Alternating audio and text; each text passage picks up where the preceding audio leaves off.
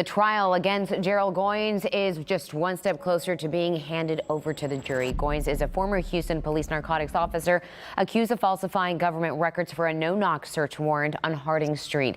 That raid became deadly, killing Regina Nicholas, Dennis Tuttle, and their family dog. 5 officers were injured, with 4 of them being shot. Today, the state rested its case. We want to head out to KPRC2's Mario Diaz, who has been on the story since 2019. Mario, now that the defense is up, tell us if you think Goines will take the stand. You know, I don't anticipate Goines to take the stand, quite simply because if he were to take the stand, you'd see the prosecution really want to go after him with tough questions for not just one day, but probably a day and a half, and let it bleed over. What we do know, and here's why I say this, what we do know is that the defense attorneys indicated the other day it's conceivable that they will be done by tomorrow, meaning that they just have a few witnesses and that's it for them. But Gerald Goines has seen the state of Texas, meaning the Harris County District Attorney's Office, present their best evidence against him in this murder trial. They wrapped up after 9.5 days, and it was intriguing because at the very end you heard from 2 members of Dennis Tuttle and Regina Nicholas's family, her mother and his brother, and you saw them testify to the jury. Regina's mother via a taped deposition.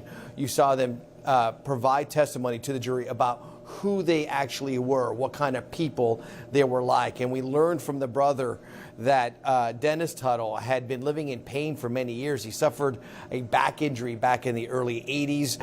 And then he suffered a ball bearing incident that impacted his head while working at the Goodyear plant here in Houston after that. And he said his brother had suffered from pain for many, many years and was not in the best of health. Keep in mind, when he was shot and dead, the autopsy reports, which we first exposed, showed that Dennis Tuttle weighed only 112 pounds at his death.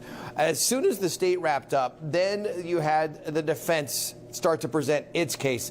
But before that, the judge read a statement to the jury saying that throughout the course of this trial, we heard testimony about a non-departmental issued body cam video that allegedly was worn by a sergeant going into the house during the course of the raid. She reminded the jury that there is no evidence of that video, there's no evidence of the camera, and they should disregard the talk about that.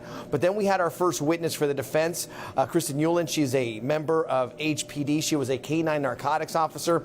She came to the house at 2:45 a.m. the morning after the shooting. So this was still a very active scene, according to her, with several officers. But they brought her in from a different K-9 unit because what they wanted to do was make sure that they had someone separate from the narcotics squad that was heavily involved in this deadly raid that went sideways, of course, with 4 officers getting shot and 2 people killed.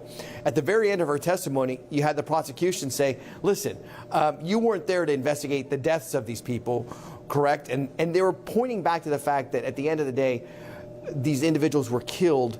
You weren't really investigating the deaths. You were trying to investigate the warrant, but everybody was inside of that house because of an alleged fake warrant. And that's what the state's trying to drill down on.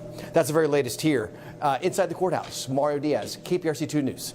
All right, Mario, thank you. An all-new episode of The Bench streams tonight at 6:30 on the KPRC2 Plus live stream. Mario Diaz, myself, and our panel of legal analysts will break down every development in this high-profile case. You can watch by downloading the free KPRC2 Plus app.